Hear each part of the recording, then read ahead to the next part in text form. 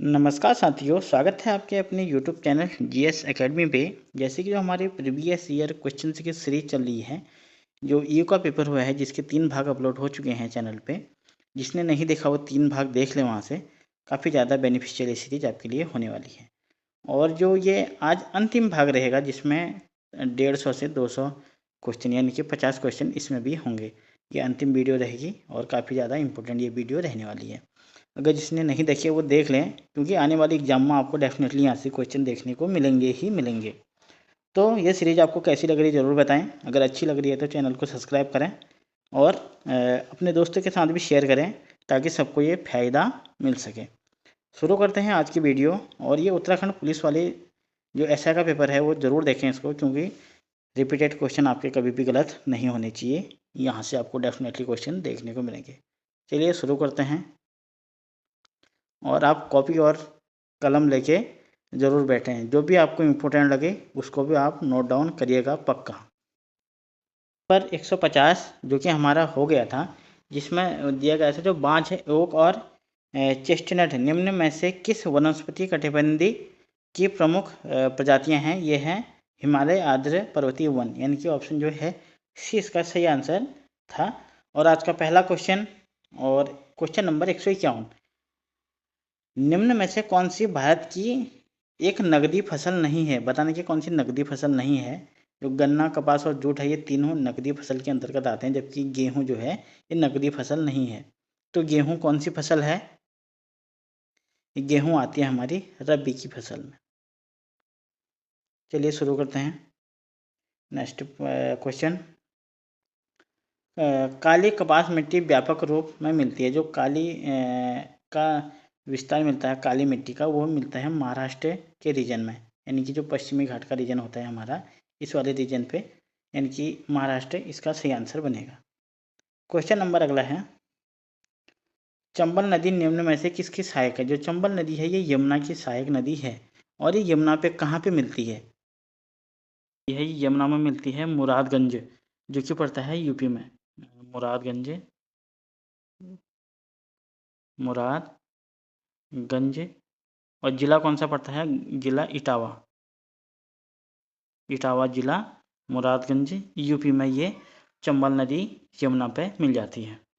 Question number अगला है, सिंगरैली कोयला की खान निम्न में से किस प्रदेश में है? जो ये है मध्य प्रदेश में। ऑप्शन नंबर जो डी है इसका बिल्कुल सही आंसर रहेगा। क्वेश्चन नंबर अगला है, निम्न में से किसे सह्याद्री हिल्स भी कहा जाता है? जो सह्याद्री रेंज है ये पश्चिमी घाट को कहा जाता है। ऑप्शन नंबर 20 का बिल्कुल सही आंसर बनेगा। क्वेश्चन नंबर अगला है, 2011 की जनगणना के अनुसार भारत के निम्न राज्यों में किसकी साक्षरता दर 90% से अधिक है? जो मिजोरम की साक्षरता दर है ये 90% से अधिक है। और मिजोरम की साक्षरता दर है कितनी, अगर ये पूछा जाता है क्वेश्चन, वो है 91.33% मिजोरम की साक्षरता दर है। क्वेश्चन नंबर अगला, निम्नलिखित देशों में किसकी सार्वधिक सीमा भारत के साथ साझा करती है? मतलब किस देश की सीमा जो है भारत के साथ सर्वाधिक लगती है, ये पूछा गया है। इसका जो आंसर है वो है बांग्लादेश। बांग्लादेश की सीमा भारत से सर्वाधिक लगती है। और कितनी सीमा बांग्लादेश की भारत के साथ लगती है? वो लगती है 4096 किमी जो है ये, इतनी सीमा भारत के साथ साझा करता है बांग्लादेश। क्वेश्चन नंबर अगला है, वर्ष 1991 में गठित कर सुधार समिति के अध्यक्ष कौन थे? ये थे आरजे चलैया। ऑप्शन नंबर जो सी है इसका बिल्कुल सही आंसर रहेगा।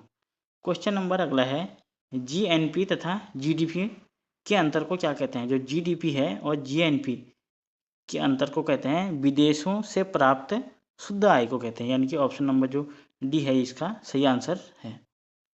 क्वेश्चन नंबर अगला है, भारत सरकार द्वारा नमामि गंगे समन्वित संरक्षण मिशन कार्यक्रम जो है ये किस वर्ष से स्वीकृत किया गया? यह किया गया था जून 2014 में स्वीकृत किया गया था। ऑप्शन नंबर जो ए है इसका बिल्कुल सही आंसर है। क्वेश्चन नंबर 161, जिसमें बताया गया है कि निम्न में से कौन सी सबसे बड़ी नदी बेसिन है? सबसे बड़ी नदी बेसिन बताना है किसका है, यह है महानदी का। ऑप्शन नंबर जो डी है इसका सही आंसर है। क्वेश्चन नंबर अगला है, कोपेन की जलवायु वर्गीकरण में AW प्रदर्शित करता है। ये करता है शुष्क, शीत सहित मानसूनी तुल्य, यानी कि ऑप्शन नंबर जो डी है इसका बिल्कुल सही आंसर बनेगा।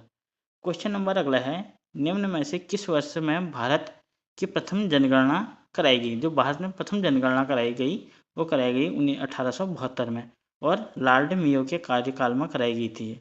लॉर्ड मेयो के कार्यकाल में, लॉर्ड मेयो के कार्यकाल में। और जो भारत में नियमित जनगणना कब से शुरू कराई गई? अगर ये क्वेश्चन पूछा जाता है, भारत में नियमित जनगणना कब से कराई गई? भारत में जो नियमित जनगणना कराएगी, जो आजकल होती है अब, 1881 में कराएगी। 1881 में कराई गई। और इस टाइम पे गवर्नर जनरल कौन था? यह था लॉर्ड रिपन। रिपन के कार्यकाल में नियमित जनगणना होने लगी है, जो कि 2011 तक, अंतिम जनगणना 2011 तक हुई है अभी तक। क्वेश्चन नंबर अगला है, 2011 की जनगणना के अनुसार भारत के निम्नलिखित राज्यों में किसमें अनुसूचित जनजाति की जनसंख्या का सर्वाधिक प्रतिशत है? जो अनुसूचित जनजाति यानी कि जो एसटी की जनसंख्या का प्रतिशत सर्वाधिक किस राज्य में है, ये पूछा जा रहा है। जो एसटी की जनसंख्या का प्रतिशत पूछा जा रहा है, यहाँ पे जो प्रतिशत है वो है छत्तीसगढ़ राज्य में सर्वाधिक प्रतिशत में निवास करती है एसटी की जनजाति। और जो अगर जनसंख्या में पूछा जाता है कि जनसंख्या में सर्वाधिक कहाँ निवास करती है, वो करती है मध्य प्रदेश। दो अलग अलग फैक्ट हैं, इनको आप नोट डाउन जरूर कीजिएगा। अगर प्रतिशत में पूछता है तो छत्तीसगढ़ आंसर आएगा, और जनसंख्या में पूछता है तो मध्य प्रदेश इसका आंसर रहेगा। क्वेश्चन नंबर अगला है, भारत का दक्षिणतम बिंदु कौन सा है? सबसे दक्षिणतम बिंदु जो है वो है Indira point, option number D इसका बिल्कुल सही आंसर बनेगा। क्वेश्चन नंबर अगला है, जोजिला दर्रा निम्न में से किस राज्य में स्थित है? जो जोजिला दर्रा है यह है जम्मू कश्मीर राज्य, यानी कि जम्मू कश्मीर केंद्र शासित प्रदेश में। ऑप्शन नंबर जो सी है इसका सही आंसर बनेगा। क्वेश्चन नंबर अगला है, राजा भोज हवाई अड्डा निम्न में से किस नगर में अवस्थित है? यह है भोपाल, जो कि पड़ता है मध्य प्रदेश में। ऑप्शन नंबर जो बी है इसका सही आंसर रहेगा। क्वेश्चन नंबर अगला है, निम्न में से कौन कुपोषण मुक्त भारत से संबंधित है? जो कुपोषण मुक्त भारत से संबंधित है यह है नीति आयोग। ऑप्शन नंबर जो ए है इसका सही आंसर बनेगा। क्वेश्चन नंबर अगला है,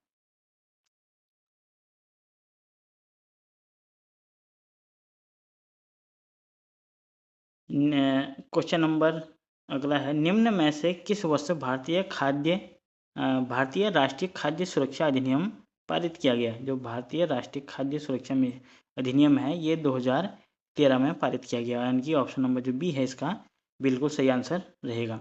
क्वेश्चन नंबर अगला है, निम्न में से कौन सी हिमालय में सबसे बड़ी कृषि योग्य घाटी है? वह है कश्मीर घाटी, यानी कि ऑप्शन नंबर जो बी है इसका सही आंसर रहेगा।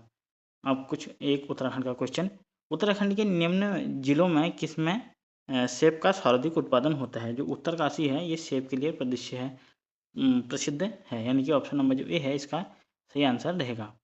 क्वेश्चन नंबर अगला है, निम्न श्रेणियों में कौन एक ट्रांस हिमालय श्रेणी नहीं है?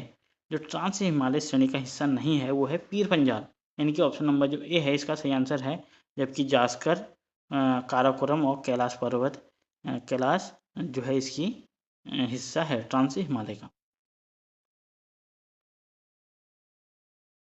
क्वेश्चन नंबर अगला है, कर्क रेखा निम्न राज्य में किससे होकर नहीं गुजरती है? ये बहुत ज़्यादा पूछा जाता है, हर 2-3 क्वेश्चन में बार बार रिपीट होने वाला क्वेश्चन। ये है मणिपुर, जो राज्य है इससे होकर कर्क रेखा नहीं गुजरती। और कर्क रेखा कितने राज्यों से होकर गुजरती है? तो ये 8 राज्यों से होकर गुजरती है। क्वेश्चन नंबर अगला है, भारत के उत्तरी विशाल मैदान का बांगर है। जो बांगर है वो है पुरानी जलोढ़ से निर्मित जो मिट्टी होती है उसको बांगर बोला जाता है, जबकि जो नई जलोढ़ मिट्टी से निर्मित होती है उसको बोला जाता है खादर। और यहाँ पे पूछा गया है पुरानी जलोढ़, यानी कि जो बांगर है ये पुरानी जलोढ़ से निर्मित होती है, जो कि उत्तर का जो विशाल मैदान है ये इसी से निर्मित है, जो गंगा का मैदान इसी से निर्मित है। क्वेश्चन नंबर अगला है, किस राज्य में जलोढ़ मिट्टी की उपलब्धता सबसे कम है? जो मध्य प्रदेश है इसमें जलोढ़ मिट्टी सबसे कम पाई जाती है, यानी कि ऑप्शन नंबर जो सी है इसका सही आंसर रहेगा। क्वेश्चन नंबर अगला है, रंधावा ने भारत के को कितने बृहद कृषि प्रदेशों में विभक्त किया? इसने किया है 5 प्रदेशों में, यानी कि ऑप्शन नंबर 5 जो सी है इसका सही आंसर रहेगा।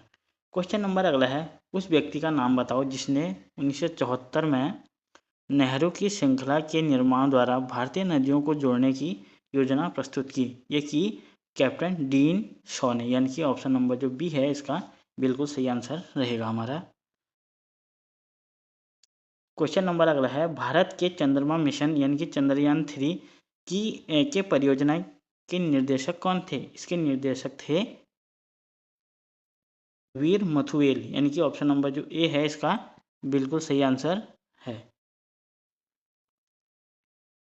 क्वेश्चन नंबर अगला है, निम्नलिखित प्राकृतिक तत्वों में से कौन सा कंप्यूटर चिप्स में प्रयुक्त प्राथमिक तत्व है? यह है सिलिकॉन से बनाए जाते हैं जो चिप्स बनते हैं कंप्यूटर के। क्वेश्चन नंबर अगला है, समाचारों में देखी गई V2X तकनीकी संबंधित है, यह है ऑटोमोबाइल से, यानी कि ऑप्शन नंबर जो बी है इसका सही आंसर रहेगा। क्वेश्चन नंबर अगला है, रडार का पूर्ण रूप क्या है? जो रडार का पूर्ण रूप है वो है रेडियो डिटेक्शन एंड रेडिंग, यानी कि ऑप्शन नंबर जो ए है इसका सही आंसर रहेगा। क्वेश्चन नंबर अगला है, निम्नलिखित में से कौन सा आउटपुट डिवाइस नहीं है? जो टच स्क्रीन है ये एक इनपुट डिवाइस है, न कि आउटपुट डिवाइस। इसका जो आंसर बनेगा वो बी बनेगा। क्वेश्चन नंबर अगला है, कंप्यूटर में फायरवॉल का प्रयोग क्यों किया जाता है? ये किया जाता है यानी कि सिक्योरिटी के लिए। ऑप्शन नंबर जो डी है इसका सही आंसर रहेगा, यानी कि सुरक्षा के लिए। क्वेश्चन नंबर अगला है, भारत में आधुनिक कृषि का जनक कौन है? ये है MS स्वामीनाथन। ऑप्शन नंबर जो ए है इसका सही आंसर। अगला क्वेश्चन है, वर्गीज कुरियन को जाना जाता है, यानी कि दुग्ध क्रांति यानी कि श्वेत क्रांति के नाम से जाना जाता है। ऑप्शन नंबर जो बी है इसका सही आंसर रहेगा। क्वेश्चन नंबर अगला है, विवेकानंद पर्वतीय कृषि अनुसंधान संस्थान कहाँ है? यह है अल्मोड़ा जनपद में, यानी कि ऑप्शन नंबर जो डी है इसका सही आंसर रहेगा। क्वेश्चन नंबर अगला है, केंद्रीय अन्न विश्लेषण प्रयोगशाला कहाँ स्थित है? ये है नई दिल्ली में। ऑप्शन नंबर जो सी है इसका बिल्कुल सही आंसर है।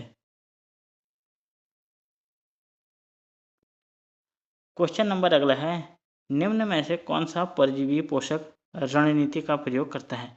ये करता है टेप वर्म, यानी कि फीता कृमि। ऑप्शन नंबर जो सी है इसका बिल्कुल सही आंसर रहेगा। क्वेश्चन नंबर अगला है, खाना बनाते समय बर्तन की तली बाहर से काली हो रही हो तो इसका मतलब क्या है? इसका मतलब है कि ईंधन पूर्णतया नहीं जल रहा है। ऑप्शन बी इसका सही आंसर रहेगा। क्वेश्चन नंबर अगला है, मुकुलन द्वारा अलैंगिक जनन में होता है यीट्स। ऑप्शन नंबर जो बी है इसका सही आंसर रहेगा। क्वेश्चन नंबर 191 है, निम्नलिखित में से कौन एक पादप हार्मोन है?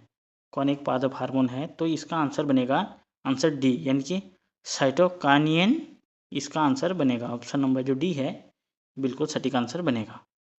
क्वेश्चन नंबर अगला है, ओजोन परत द्वारा किन हानिकारक किरणों को अवशोषण होता है? ये होता है पराबैंगनी किरणों का। ऑप्शन नंबर जो बी है इसका सही आंसर रहेगा। क्वेश्चन नंबर अगला है, विद्युत चुंबकीय प्रेरण की परिघटना है। यह है कुंडलीय तथा चुंबक के बीच आपेक्षिक नीति के कारण कुंडली में प्रेरित धारा उत्पन्न करना। ऑप्शन नंबर जो सी है इसका बिल्कुल सही आंसर है। क्वेश्चन नंबर अगला है, निम्न में से कौन सा ऊर्जा का नवीकरणीय नहीं हो सकता? यानी कि नवीकरणीय कौन से स्रोत होते हैं? जो नवीकरणीय स्रोत होते हैं जब तक पृथ्वी है तब तक का रहेंगे। जैसे सूर्य का प्रकाश है जो कभी ख़त्म नहीं होगा, और जैव भार है ये भी कभी ख़त्म नहीं होगा। ये नवीकरणीय स्रोत के अंतर्गत आते हैं। और अनवीकरणीय स्रोत के अंतर्गत कौन से आते हैं? जैसे पेट्रोलियम, कोयला, प्राकृतिक गैस, ऐसी चीज़ें जो आती है जो कभी ना कभी समाप्त हो जाएंगी, जिनका अस्तित्व एक दिन समाप्त हो जाएगा, वो आती है अनवीकरणीय में। इसमें पूछा है कि इनमें से कौन सा नवीकरणीय स्रोत नहीं हो सकता? इसका जो आंसर है वो है कोयला और पेट्रोलियम, जो कि है अनवीकरणीय के स्रोत के अंतर्गत, यानी कि ऑप्शन नंबर जो बी है इसका सटीक आंसर बनेगा। क्वेश्चन नंबर अगला है, ट्यूबलाइट में चोक का उद्देश्य है। इसका उद्देश्य है वोल्टेज को क्षणिक रूप से बढ़ाने के लिए, यानी कि ऑप्शन नंबर जो डी है इसका सही आंसर रहेगा। क्वेश्चन नंबर अगला है, स्थिर वैद्युत अवशेषण का प्रयोग व्यापक रूप से फिर है रिक्त स्थान के नियंत्रण में होता है। किसके नियंत्रण में होता है? ये होता है PM10 के नियंत्रण में, यानी कि ऑप्शन नंबर जो ए है इसका बिल्कुल सही आंसर रहेगा। क्वेश्चन नंबर अगला है, निम्नलिखित में से किस फसल में नाइट्रोजन स्थिरीकरण करने वाले जीवाणु होते हैं? जो सर्वाधिक नाइट्रोजन को अवशोषित करने वाली जो फसल है वो है मटर की फसल, यानी कि ऑप्शन नंबर जो डी है इसका सही आंसर रहेगा। क्वेश्चन नंबर 198 है, इंटीग्रेटेड सर्किट कंप्यूटर को किस पीढ़ी में प्रयोग किए गए? ये किए गए हैं तीसरी पीढ़ी में प्रयोग, यानी कि ऑप्शन नंबर जो बी है इसका सही आंसर रहेगा। क्वेश्चन नंबर अगला है, फाइल को ट्रांसफ़र करने के लिए किस प्रोटोकॉल का प्रयोग होता है? ये है FTP का प्रयोग, यानी कि ऑप्शन नंबर जो सी है इसका सटीक आंसर। और क्वेश्चन नंबर 200 वीडियो का अंतिम क्वेश्चन। आज हमने 200 क्वेश्चन कंप्लीट कर दिए हैं इस भाग के ईओ का पेपर के। वीडियो का 200 क्वेश्चन है, कौन सा लॉजिक गेट यूनिवर्सल गेट के नाम से भी जाना जाता है? ये जाना जाता है नंद, NAND, यानी कि ऑप्शन नंबर जो बी है इसका सही आंसर रहेगा। तो ये वीडियो अगर आपको अच्छी लग रही है तो चैनल को सब्सक्राइब करें और वीडियो को लाइक करें और दोस्त के साथ भी शेयर करें। धन्यवाद, thank you for watching, see you next time. अब मिलेंगे एक नए पेपर के साथ। धन्यवाद।